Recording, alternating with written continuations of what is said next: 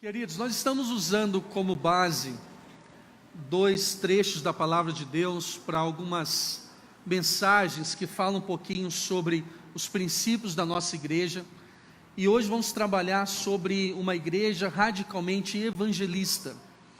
E aí temos usado então durante alguns domingos os mesmos textos, que é Marcos 8:34 e Atos 2, de 41 a 47.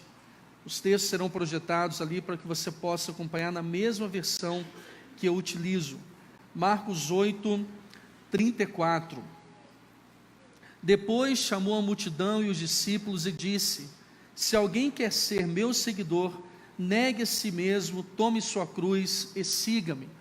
E a ideia que temos trabalhado é que o chamado de Jesus Cristo é individual, é feito a cada um de nós, mas que a vida desse chamado, o exercício desse chamado, ele é desenvolvido então na vida coletiva, no ambiente da igreja. E é por isso que estamos usando Atos 2, de 41 a 47.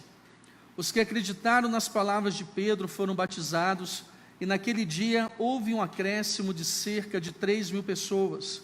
Todos se dedicavam de coração ao ensino dos apóstolos, à comunhão, ao partir do pão e à oração. Havia em todos eles um profundo temor, e os apóstolos realizavam muitos sinais e maravilhas. Os que criam se reuniam num só lugar e compartilhavam tudo o que possuíam. Vendiam propriedades e bens e repartiam dinheiro com os necessitados. Adoravam juntos no templo diariamente, reuniam-se nos lares para comer e partiam o pão com grande alegria e generosidade, sempre louvando a Deus e desfrutando a simpatia de todo o povo, e a cada dia o Senhor lhes acrescentava aqueles que iam sendo salvos. E eu quero me basear nessa noite apenas nessa pequena expressão, os que criam, os que criam. Quando nós falamos sobre evangelho, quando nós falamos sobre fé, sobre crença, precisamos entender que evangelho é uma expressão grega que vem do grego, que significa boa mensagem, ou boa notícia, ou boas novas. Nós temos então a expressão eu, que tem a ver com bom, e angelion, que é mensagem, de onde vem inclusive anjo, que é o mensageiro de Deus. Então evangelho nada mais, nada menos quer dizer boa notícia, boa mensagem ou boas novas. Lá em Lucas 2, de 10 a 11, nós encontramos o anjo anunciando aos pastores o seguinte: não tenham medo, trago boas notícias, evangelho, que darão grande alegria a todo o povo. Hoje em Belém, a cidade de Davi, nasceu o Salvador, que é Cristo. Encontramos aqui então, logo de cara, no anúncio do nascimento do Salvador, os anjos então dizendo que essa era uma boa notícia. Evangelho, uma boa notícia. Quando nós pesquisamos um pouquinho mais sobre essa expressão, percebemos que ela era muito associada a uma boa notícia, inclusive que vinha de um campo de batalha. Quando nós tínhamos exércitos guerreando, e quando alguém era vencedor, então um mensageiro era enviado para transmitir aquela boa notícia da vitória. Evangelho então tem a ver com boa notícia, com a mensagem.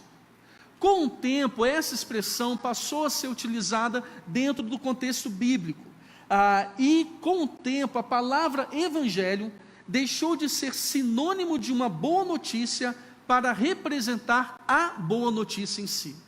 Explica um pouquinho melhor. Ao invés de evangelho simbolizar apenas o anúncio de uma mensagem, ele passou a simbolizar e a representar para nós o próprio conteúdo dessa mensagem. Então o evangelho deixou de ser uma boa notícia para se tornar a boa notícia. Deixou de ser uma notícia importante para ser a notícia importante, que é a notícia da salvação em Jesus Cristo. É por isso então que hoje nós falamos muito sobre evangelho bíblico, que é a boa notícia de Deus, de que Jesus é o Salvador do mundo.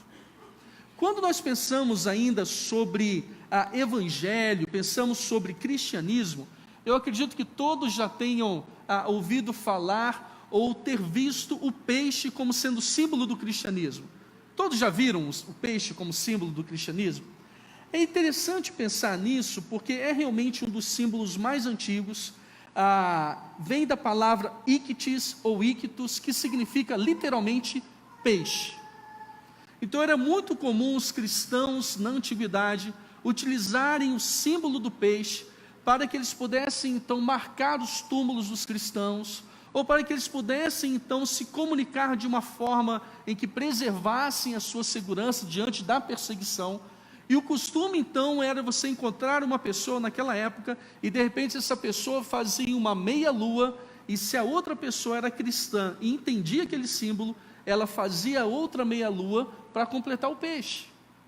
Mas o que é mais interessante nessa expressão ictis ou ictus é que ela forma um acróstico em que cada letra é a primeira letra de uma outra palavra, e em grego é Jesus Christus Theou Iusis Soter, ou Jesus Cristo, Filho de Deus, Salvador. Então, mais do que simbolizar um peixe, simboliza a mensagem principal do Evangelho: Jesus Cristo, Filho de Deus, Salvador. É por isso hoje então que muitos de nós usam ou usamos esse símbolo nos carros, em medalhas, para representar então a mensagem final ou a mensagem central do Evangelho, que Jesus Cristo é o Filho de Deus, o Salvador. Quando nós pensamos sobre a igreja primitiva e o que essa igreja vivia, nós podemos perceber que o Evangelho é a base dessa igreja. Essa era a mensagem central, esse era o fundamento da igreja, que Jesus Cristo, Filho de Deus, é o Salvador. Após a descida do Espírito Santo, lá na festa de Pentecostes, nós encontramos em Atos 2:36, um grande discurso do apóstolo Pedro. Pedro então discursa para uma multidão, e ele resume seu discurso no versículo 36, portanto saibam com certeza todos em Israel, que a esse Jesus que vocês crucificaram, Deus fez Senhor e Cristo. Na sequência os judeus perguntam para Pedro: irmãos, o que nós devemos fazer? E Pedro responde: cada um deve se arrepender para o perdão dos seus pecados, e deve ser batizado em nome de Jesus Cristo. E aí começa então o versículo 41, os que creram nas palavras de Pedro, no Evangelho, foram batizados, e naquele dia houve um acréscimo de cerca de 3.000 pessoas. E na sequência nós encontramos então a descrição da vida da igreja primitiva. Estou dizendo isso para os irmãos porque é impossível não associarmos a vida da igreja primitiva, o que aqueles primeiros crentes em Jesus Cristo, o que aquelas primeiras pessoas que acreditaram no poder de Jesus Cristo, no nome de Jesus Cristo, viviam em comunidade. É impossível não ligar isso à mensagem do Evangelho, porque tudo o que eles faziam, tudo o que eles sentiam, tudo o que eles nutriam, tudo o que eles compartilhavam, decorria dessa mensagem central do Evangelho, que Jesus Cristo é o Filho de Deus, o Salvador. Um Evangelho simples, genuíno, efetivo, que levava as pessoas ao arrependimento dos pecados, à confissão em Jesus Cristo, ou à confiança em Jesus e à esperança da eternidade. Os pecados eram abandonados através da ação do Espírito Santo, a confiança em Jesus era fortalecida através da dependência dele, a esperança na eternidade era nutrida através das promessas de Deus. Queridos, nós precisamos entender que um evangelho simples, genuíno e efetivo produz uma igreja simples, genuína e efetiva. É por isso que eu estou dizendo aqui que aquela igreja vivia do jeito que vivia, porque ela cria com todas as suas forças, de todo o seu coração, naquela mensagem central do Evangelho, de que Jesus Cristo é o Filho de Deus, o Salvador. Todas as marcas da igreja primitiva, uma igreja que orava, uma igreja que se dedicava ao ensino dos apóstolos, uma igreja que compartilhava o pão, uma igreja que louvava a Deus todos os dias, uma igreja que tinha tudo em comum, decorria da sua crença na mensagem central do Evangelho. É por isso que eu digo que um Evangelho genuíno, um Evangelho simples e efetivo, produz uma igreja genuína, simples e efetiva. Não tem como viver diferente. Tudo decorria do Evangelho que era pregado, vivido e compartilhado por aquela igreja.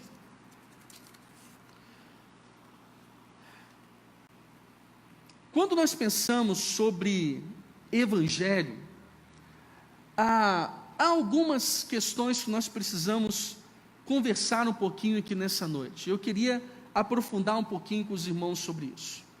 Nós sabemos que Jesus viveu entre nós para mostrar a sua santidade. Nós sabemos que Jesus morreu no Calvário para mostrar a sua justiça. E nós sabemos que Jesus ressuscitou do túmulo para mostrar o seu poder. Quando nós falamos então sobre Evangelho de Jesus Cristo, nós precisamos olhar para a vida plena, perfeita e santa de Jesus sem pecado. Precisamos olhar para o seu sacrifício definitivo, substitutivo e perfeito na cruz do Calvário, e precisamos olhar para a sua ressurreição corpórea, verdadeira e real, para que possamos entender o Evangelho. Não dá para falar sobre Evangelho sem falar sobre santidade de Jesus, sem falar sobre morte de Jesus, sem falar sobre ressurreição de Jesus. Se você tem escutado um Evangelho que não fale sobre esses três aspectos, vida, morte e ressurreição de Jesus, eu lamento dizer, mas você não tem ouvido o Evangelho. Se você não tem sido levado a acreditar que Jesus viveu entre nós uma vida perfeita, sem pecado, que Ele foi tentado em tudo, mas não pecou, se você não é levado a entender que Jesus Cristo foi gerado pelo Espírito Santo, veio a esse mundo perfeito e passou por essa terra sem cometer pecado, você não tem sido apresentado o Evangelho. Se você não é levado a entender que Jesus morreu na cruz do Calvário como Cordeiro perfeito para pagar os preços pelos nossos pecados, você não tem sido apresentado o Evangelho. É impossível falar sobre Evangelho sem falar sobre pecado, sem falar sobre condenação, sem falar sobre inferno, sem falar sobre arrependimento e sem falar sobre perdão dos pecados.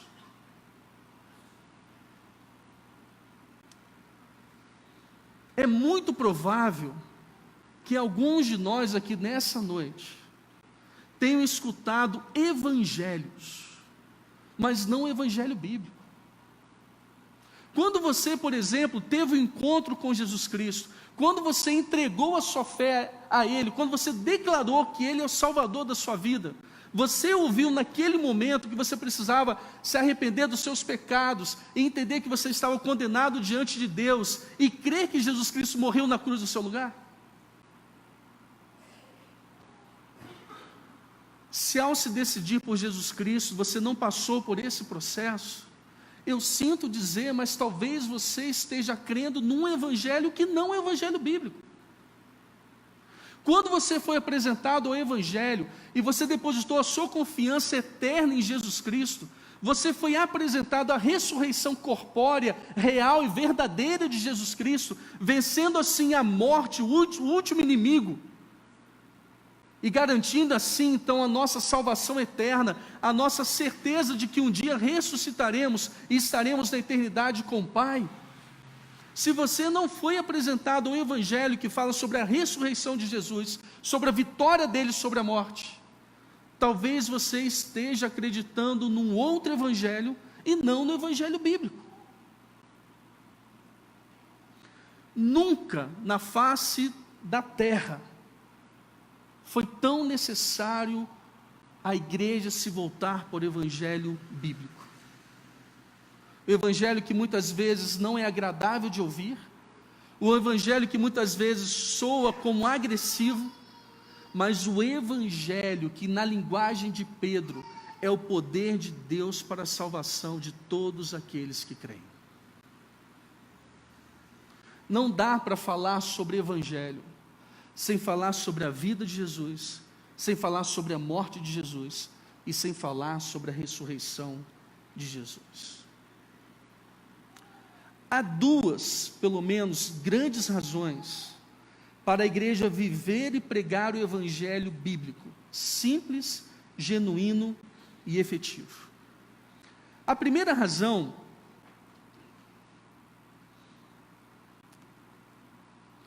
é que o evangelho que é pregado por uma igreja influencia a sua membresia.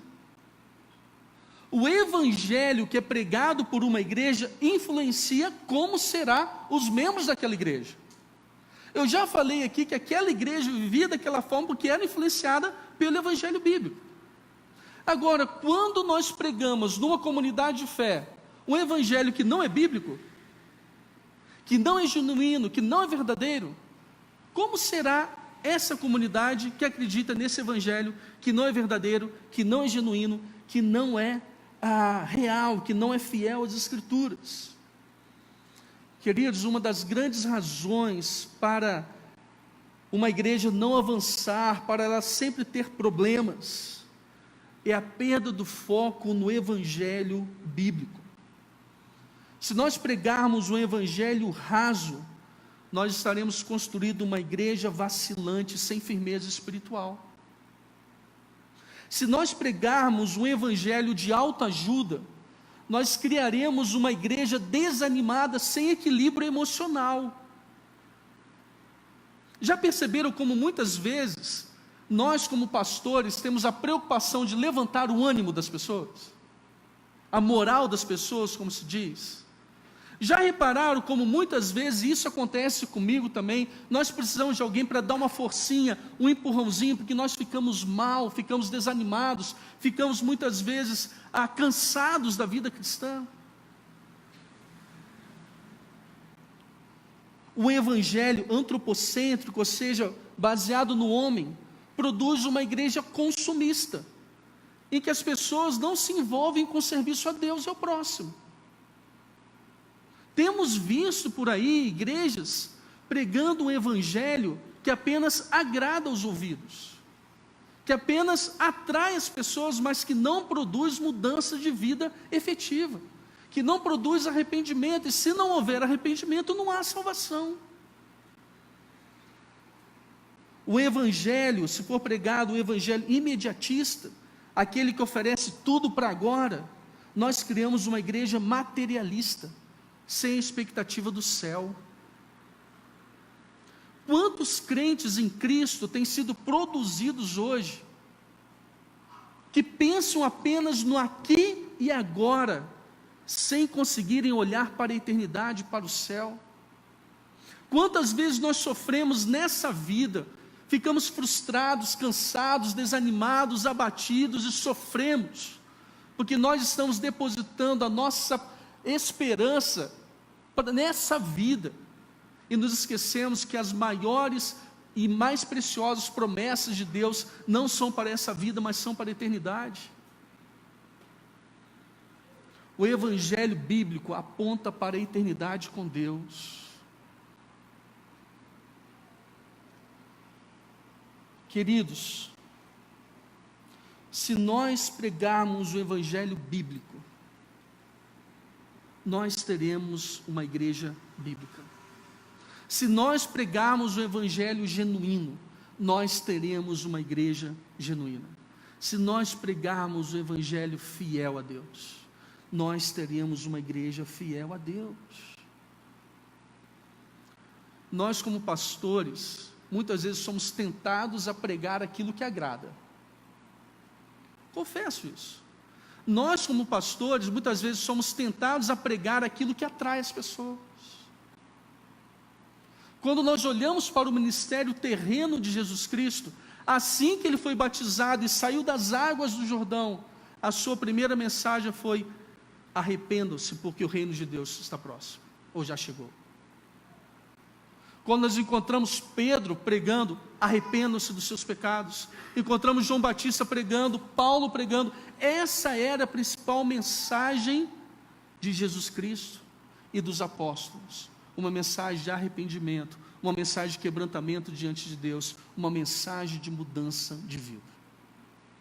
O evangelho genuíno produz mudança de vida. É por isso que a Bíblia diz: aquele que roubava, não roube mais; aquele que matava, não mate mais; aquele que adulterava, não adultere mais.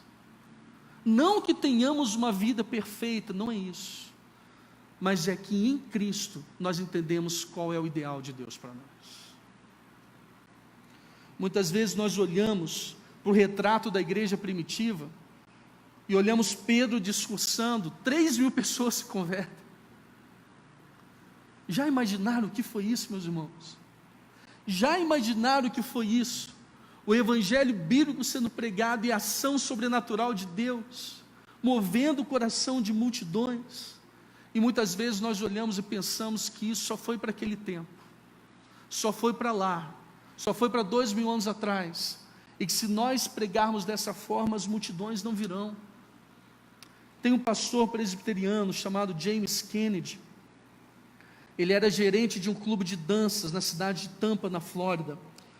E a história diz que Deus deu uma revirada na vida dele, deu uma quebrada na vida dele, e aquele homem então se converte a Cristo, ou é convertido a Cristo, recebe o chamado para o ministério, e ele começa então a tomar conta de uma igreja, lá na Flórida ainda. E aí ele começa então o seu trabalho. No primeiro culto daquela igreja, havia 45 pessoas, eles começam a se reunir numa escola, e ele começa então a achar que o povo daquela cidade seria sofisticado demais, ou inteligente demais para ouvir o evangelho bíblico, e ele começou então a negociar a sua mensagem, e aí ele percebeu então que depois de um período muito pequeno, ele havia então conseguido fazer com que a sua igreja saísse de 45 pessoas para 17. Naquele tempo então ele foi convidado para pregar numa campanha de evangelização em Atlanta, perto de Atlanta, na Geórgia, e ele foi então trabalhar com um pastor nessa semana de conferências, e ele percebeu então a paixão e o ardor desse pastor pelo evangelho bíblico, a forma que ele compartilhava com autoridade, com entusiasmo, sobre a vida, morte e ressurreição de Jesus. Esse pastor, o James Kennedy, volta para a Flórida, e ele começa a se apaixonar pelo evangelho. Ele começa então, ele pega os seus membros e treina um por um, 17 pessoas, para que essas pessoas pudessem compartilhar o evangelho bíblico. E a história diz que em 9 anos, essa igreja saiu de 17 membros para 2.000 membros.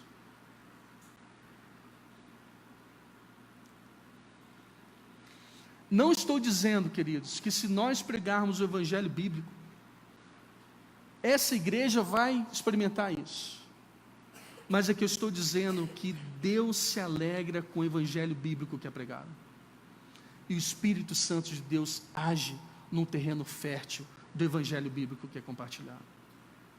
O nosso compromisso com Deus, o nosso compromisso diante de Deus, diante dessa expressão ictus, Jesus Cristo, Filho de Deus, o Salvador, é pregar o evangelho bíblico. O compromisso de Deus, a parte de Deus, é acrescentar as pessoas que Ele quiser acrescentar. E eu confesso para os irmãos que, como pastor dessa igreja, é claro que eu quero ver esse lugar cheio, pequeno, mas eu confesso com os irmãos que o meu maior compromisso, o meu maior desejo é que nessa igreja seja pregado o evangelho bíblico, sempre, todos os dias, domingo após domingo.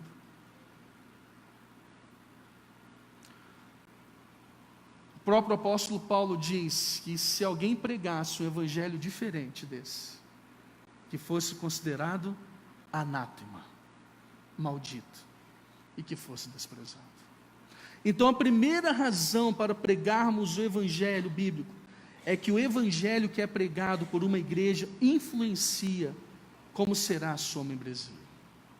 E se nós queremos experimentar o que a igreja primitiva experimentava, precisamos voltar cada vez mais para o evangelho bíblico.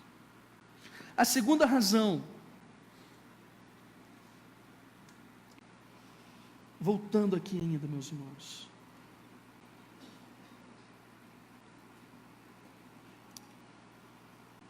em Romanos 1, 16 e 17, Paulo disse o seguinte: não me envergonho das boas novas ou do evangelho a respeito de Cristo, que são o poder de Deus em ação para salvar todos os que creem, primeiro os judeus e também os gentios. As boas novas, ou evangelho, revelam como opera a justiça de Deus, que do começo ao fim é algo que se dá pela fé, como dizem as Escrituras, o justo viverá pela fé. Queridos, nós podemos ter vergonha de muitas coisas, mas nós não podemos ter vergonha do evangelho. Não podemos ter vergonha do evangelho. O evangelho bíblico é a única possibilidade de salvação para o mundo. E agora sim, a segunda razão é que o evangelho que é pregado por uma igreja influencia como será o mundo. O evangelho que é pregado por uma igreja influencia como será o mundo. O mundo conhece um evangelho deturpado, influenciado pela idolatria, pelo paganismo, pela ideologia e pela filosofia. Para o mundo, por exemplo, Jesus é apenas um homem sofredor e não o Senhor soberano. Se nós pegarmos hoje muitas pessoas que dizem acreditar em Jesus Cristo, desculpem a sinceridade, mas na verdade celebram um Jesus Cristo morto, estirado lá na cruz do Calvário. O evangelho que nós pregamos não para lá na cruz. O evangelho que nós pregamos ultrapassa a sepultura. É por isso que nós não celebramos, não pregamos o Jesus Cristo crucificado e morto, porque Ele está vivo, meus irmãos. Há muitas pessoas, ou para muitos, Jesus é uma divindade e não o verbo de Deus que se fez carne. Jesus é apenas mais um no meio de milhões de deuses. Mas João diz que o verbo se fez carne e habitou entre nós. Não é isso que ele diz? No princípio era o verbo estava com Deus e o verbo era Deus. E o verbo se fez carne e habitou entre nós. O evangelho que nós pregamos é o único evangelho que fala sobre o Deus vivo, verdadeiro e soberano sobre todas as coisas. Para muitas pessoas, Jesus é apenas uma força oposta à força do diabo, e não o Deus onipotente. Quantas vezes nós encontramos uma representação de Jesus numa eterna queda de braço com o diabo, como se os dois fizessem parte, como diz a filosofia oriental, do equilíbrio entre forças contrárias, antagônicas e de mesma intensidade. Meus irmãos, isso não é bíblico. O Deus em que nós cremos é infinitamente mais poderoso que Satanás, que todos os demônios, queridos. Não existe um Deus desse na Bíblia. Você crê no Deus que é poderoso para fazer todas as coisas? Você crê no Deus, como dizem as Escrituras, que é infinitamente mais, ou que é poderoso para fazer infinitamente mais do que aquilo que nós pensamos, pedimos? Percebe então como esse tipo de evangelho influencia a nossa vida e o mundo? Para muitas pessoas, Jesus foi apenas um revolucionário injustiçado e não um Messias justo. Muitas pessoas olham para Jesus como apenas um mestre da moralidade. Olhar para Jesus como um mestre da moralidade não produz salvação, porque Jesus não é apenas o exemplo, Jesus é o caminho. É bem diferente, meus irmãos. Para muitas pessoas, Jesus foi apenas um homem e não Deus. E quando o mundo não conhece a verdade do Evangelho, ele acredita numa mentira que ele mesmo idealizou. Repito, quando o mundo não conhece a verdade do Evangelho, ele acredita em uma mentira que ele mesmo criou. Eu não ia comentar sobre isso,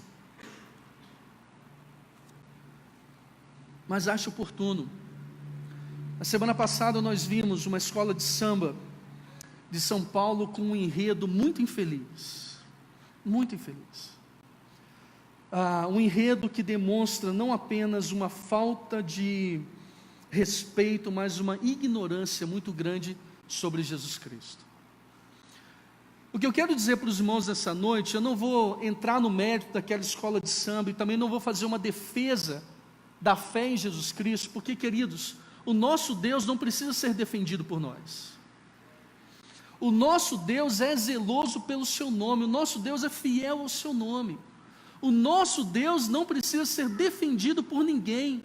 Lembra o texto que eu li de Romanos aqui? Quem que pode oferecer conselhos para Deus? Quem que pode retribuir a Ele? Ninguém. O nosso Deus não precisa ser defendido, mas o mundo precisa que defendamos o Evangelho de Deus. É diferente. O nosso Deus, o nosso Jesus não precisa de defesa, mas o mundo precisa da defesa de Jesus Cristo, porque o mundo precisa olhar para Jesus como Ele é. E o enredo bíblico é bem diferente do enredo do carnaval. Lá em Apocalipse 20:10, o diabo que os havia enganado foi lançado no lago de fogo que arde com enxofre, onde já estavam a besta e o falso profeta. Ali serão atormentados dia e noite para todo o sempre. Amém. O Evangelho bíblico fala sobre um Deus que já venceu o diabo, está apenas aguardando o momento de lançá-lo no inferno. E aqui apenas um parênteses, para não prolongar muito. Dentro da cultura popular, muitas pessoas olham para o diabo como se ele fosse o dono do inferno, não é isso? Como se fosse o rei do inferno. Nas representações de desenho animado, Pica-Pau e por aí vai, quando alguém é lançado no inferno, está o diabo lá esperando num caldeirão, para cozinhar as pessoas. Queridos, o diabo não é senhor do inferno. O diabo não governa sobre o inferno. O inferno é o local da condenação eterna do diabo. Percebam isso. O diabo não é dono de nada. De nada. Ele não controla, tem o domínio sobre nada. O nosso Deus tem o domínio sobre todas as coisas. Voltando aqui. Uma igreja radicalmente evangelista, e eu já estou concluindo, ela é uma igreja que vive o evangelho bíblico. Ela é uma igreja que é firme espiritualmente, uma igreja que é equilibrada emocionalmente, uma igreja que é dedicada ao serviço a Deus e ao próximo, uma igreja que é movida pela eternidade.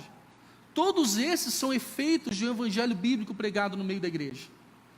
Repito, uma igreja firme espiritualmente, equilibrada emocionalmente, dedicada ao serviço a Deus e ao próximo e movida pela eternidade. Uma igreja que compartilha o evangelho bíblico, agrada a Deus e não aos homens, glorifica a Deus e não a si mesma, provoca arrependimento e não conformismo, rejeita o mundo e não se assemelha a ele. Não temos alternativas a não ser pregar o evangelho bíblico.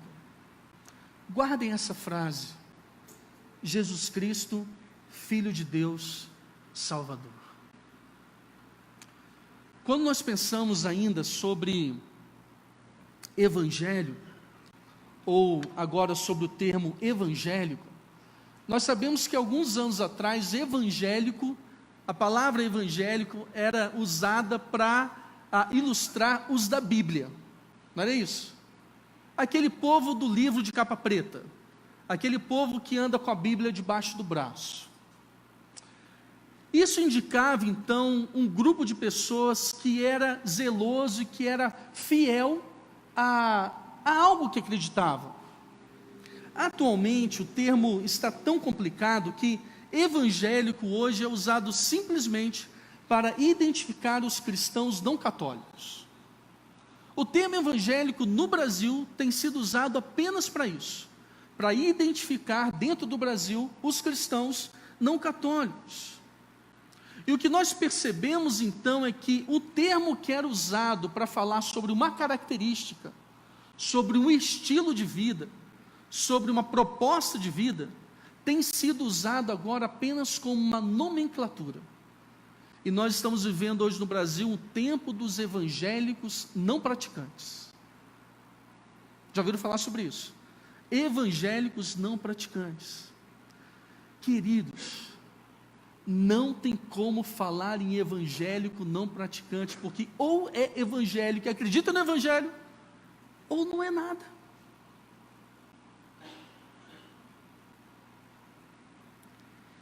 Evangélico vive, compartilha e pratica o evangelho. E aí eu queria pensar com os irmãos, é por isso que nós não usamos uma igreja evangélica, mas uma igreja evangelista.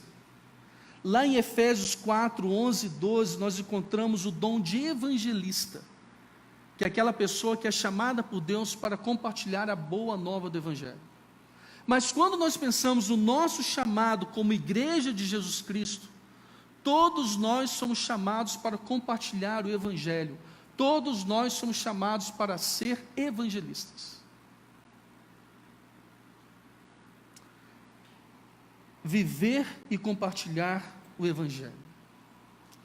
O desejo do meu coração nessa noite é que você saia daqui entendendo o seguinte, que quando nós nos auto-intitulamos evangélicos, meus irmãos, existe um poder nessa expressão, existe uma profundidade nessa expressão, existe uma verdade nessa expressão que é capaz de mudar a nossa vida e a vida das pessoas que estão à nossa volta. Quando nós falamos que somos evangélicos, não estamos dizendo que nós apenas conhecemos o evangelho, ou que nós fazemos parte de uma igreja evangélica, mas que nós vivemos por essa verdade, que Jesus Cristo é o Filho de Deus, o Salvador. Não deve ser apenas uma nomenclatura, deve ser um estilo de vida. Não deve ser algo apenas para marcar a porta, mas deve ser algo para marcar o nosso coração. Jesus viveu, morreu e ressuscitou, para que nós tivéssemos uma vida plena diante dele. E isso só é possível porque ele é o Cristo, o Filho de Deus, o Salvador. Há muitas pessoas aqui que eu não conheço, e somente Deus pode sondar o coração e a mente. Mas falando com toda sinceridade com vocês e com muito carinho, com muito amor, não dá para se dizer evangélico não praticante. Não dá para dizer que acredita em Jesus e viver mais ou menos como se acreditasse em Jesus. Não dá para dizer que confia em Jesus Cristo e confiar mais ou menos metade em Jesus Cristo. Não dá para dizer que crê na eternidade e crer mais ou menos na eternidade. Precisamos ser preenchidos totalmente pelo Evangelho bíblico. O Evangelho que fala sobre a vida, morte e ressurreição de Jesus, como o Filho de Deus, o nosso Salvador. O desejo do meu coração é que todos nós saiamos daqui nessa noite com essa verdade bem funda no nosso coração, bem profunda no nosso coração, e que isso faça uma diferença extraordinária na nossa vida e na vida das pessoas que estão à nossa volta. Volto a falar, eu não sei como você chegou aqui, eu não sei o que está no seu coração e na sua mente. Deus sabe, mas eu tenho certeza absoluta que Deus deseja que você viva por essa verdade. Esse é o desejo do meu coração, e eu gostaria de orar por você nessa noite. A banda vai subir aqui, e eu gostaria de pedir que todos abaixassem a sua cabeça nesse momento. Eu quero dizer que eu não vou pedir para ninguém vir aqui à frente. Hoje eu vou fazer diferente, não vou pedir para ninguém ficar em pé. Podem ficar tranquilos com relação a isso. A única coisa que eu gostaria que vocês fizessem, que vocês tivessem atitude de oração agora, que abaixasse a sua cabeça, que você pensasse no que foi falado aqui. E eu gostaria de fazer algumas perguntas nessa noite. Há alguém aqui entre nós nessa noite que entendeu que o Evangelho bíblico é muito mais profundo, muito mais significativo e poderoso do que tem sido falado por aí, que fala sobre a vida, morte e ressurreição de Jesus, que asseguram para nós a vida e a ressurreição eterna, e que gostaria nessa noite de declarar a sua fé em Jesus Cristo como seu Senhor e Salvador eterno. Há alguém aqui nessa noite que gostaria de fazer isso? Faça apenas um sinal para que eu possa saber.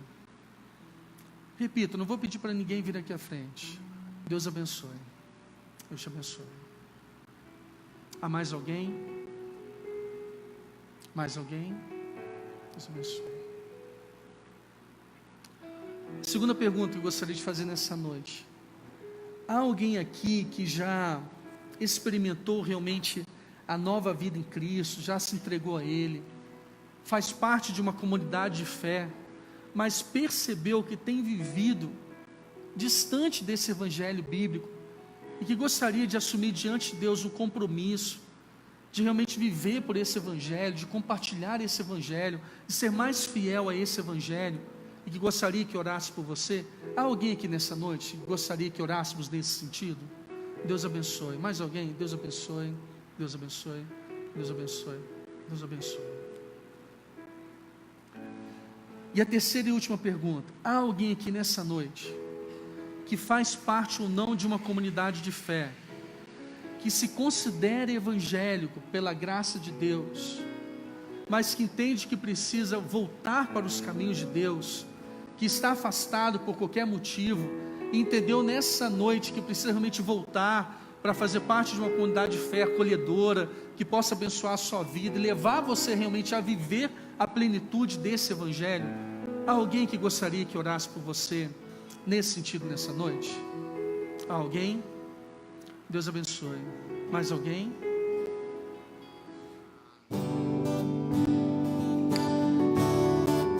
As palmas.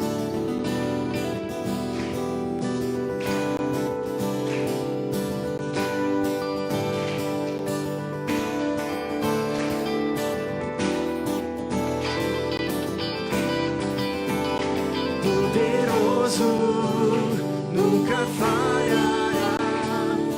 Maravilhoso Deus, mais que buscamos, mais que pedimos, grandes coisas faz, ressurgir, morte vencer.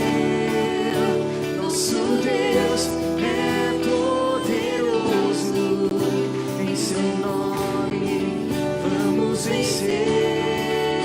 Nosso Deus é poderoso.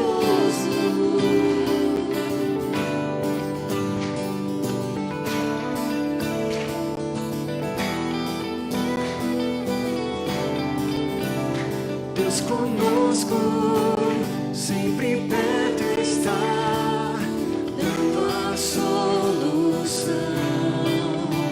Mais que sabemos, mais que esperamos, grandes coisas faz, ressurgir e a morte vencer. Nosso Deus é poderoso, em seu nome vamos vencer. Nosso Deus é poderoso.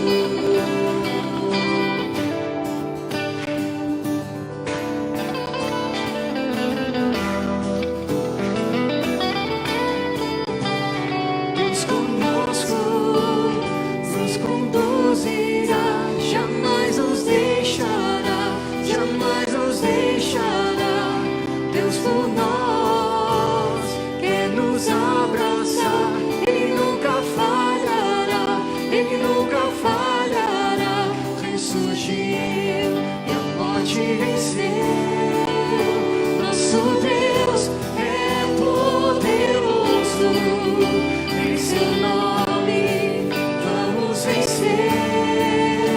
Nosso Deus é poderoso. Ressurgiu essa igreja, ressurgir.